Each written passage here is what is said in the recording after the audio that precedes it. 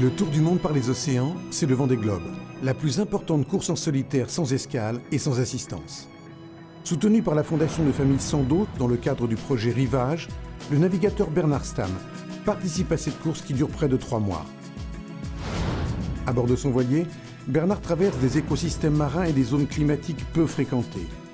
C'est une occasion unique d'enrichir les connaissances de la communauté scientifique et de les partager avec le grand public. En collaboration avec Océanopolis Brest, Rivage vous invite à découvrir une autre actualité de cette course autour du monde.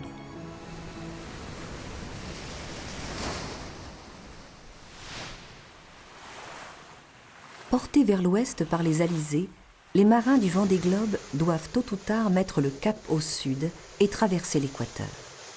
Ils affrontent alors une zone redoutée depuis les premières navigations au large, le poteau noir, une vaste zone météorologique très instable.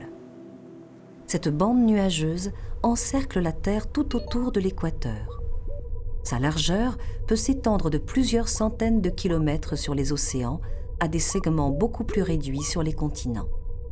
La position du poteau noir suit le mouvement apparent du Soleil vers le nord en été et vers le sud en hiver. Dans l'Atlantique, le poteau noir est situé à la confluence des alizés de l'hémisphère nord, qui soufflent vers le sud-ouest, et les alizés de l'hémisphère sud, qui, eux, soufflent vers le nord-ouest. Entre les deux, les vents sont irréguliers. Ils s'amusent sûrement de voir un bateau jaune arrêté, bande de hooligans. Parfois nuls, les vents peuvent se montrer subitement violents.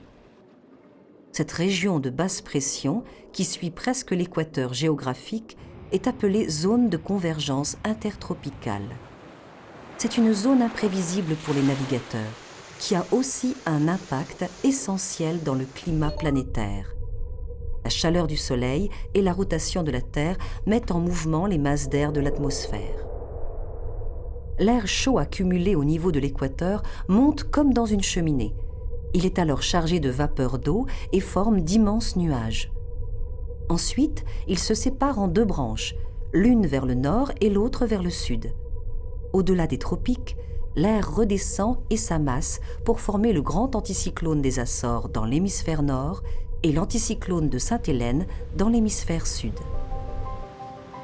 Phénomène bien connu des météorologues et océanographes, le poteau noir a ses humeurs. Passé cette zone critique, les marins bénéficient à nouveau de la régularité des alizés.